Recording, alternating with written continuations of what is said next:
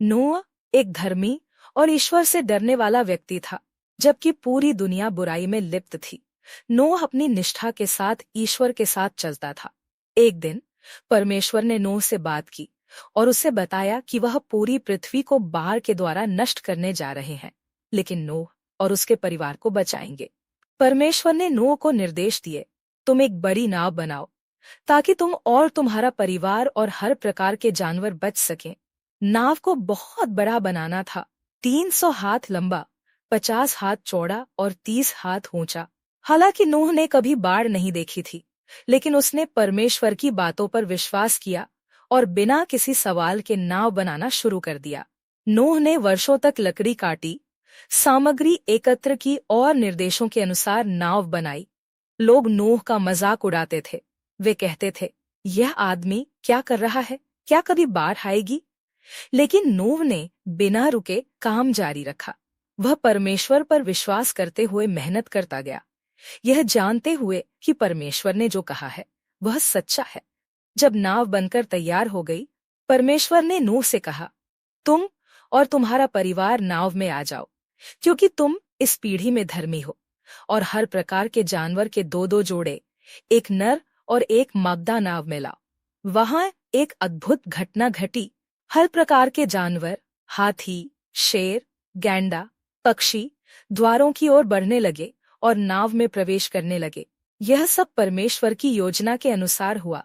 नूह, उसका परिवार और सभी जानवर नाव में आ गए और नाव का द्वार बंद कर दिया, जिससे वे सुरक्षित हो गए। नूह और उसका परिवार नाव में थे और तभी बारिश शुरू हो गई। पहले हल्की बूंदें गिरी, लेकिन फिर बहुत तेज बारिश होने लगी और 40 दिन और 40 रातों तक बारिश लगातार होती रही। पानी हर जगह फैलने लगा। नदी और झीलें उफान पर थीं और दुनिया की सबसे ऊंची पहाड़ियों तक पानी फैल गया। सब कुछ डूब गया। केवल नूह, उसका परिवार और नाव में मौजूद जानवर ही बच गए। पानी पूरे पृथ्वी पर 150 दिनों तक बढ़ता रहा। नूह और उसका परिवार नाव में रहे, जानवरों की देखभाल करते रहे और इंतजार करते रहे। पानी हर जगह फैला हुआ था, लेकिन नाव सुरक्षित रूप से तैरती रही। हालांकि बाढ़ बहुत भयंकर थी, नूह जानता था कि परमेश्वर ने उन्हें बचाने का वादा किया था और वह उनका पालन करेगा। नाव के माध्यम से उन्हें परमेश्वर की सुरक्षा का अनुभव हो रहा था। पानी कम होने के 40 दिनों बाद नूह ने एक कौवे को भेजा ताकि वह यह देख सके कि पानी कम हुआ है या नहीं। कौवा इधर उधर उड़ता रहा, लेकिन कहीं भी सूखी जमीन नहीं मिली। फिर नूह ने एक कबूतर भेजा। कबूतर ने वापस आकर अपनी चोंच में जैतून की एक टहनी लाकर दिखाई, जिससे यह संकेत मिला कि पानी कम हो रहा था और जमीन पर पेड़ उग रहे थे। नूह ने और 7 दिन इंतजार किया, फिर कबूतर को फिर से भेजा। इस बार कबूतर वापस नहीं आया, जिससे यह साबित हुआ कि अब पृथ्वी पूरी तरह से सूख चुकी थी। जब पानी पूरी तरह से कम हो गया, नाव अरारत पर्वत पर ठहरी।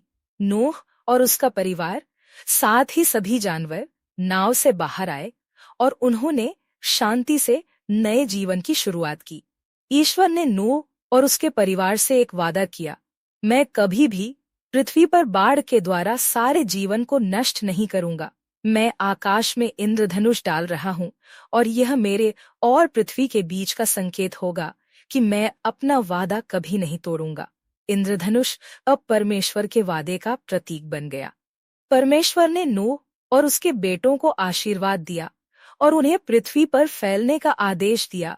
परमेश्वर ने जानवरों पर प्रभुत्व दिया, जैसे पहले आदम और हव्वा को दिया था।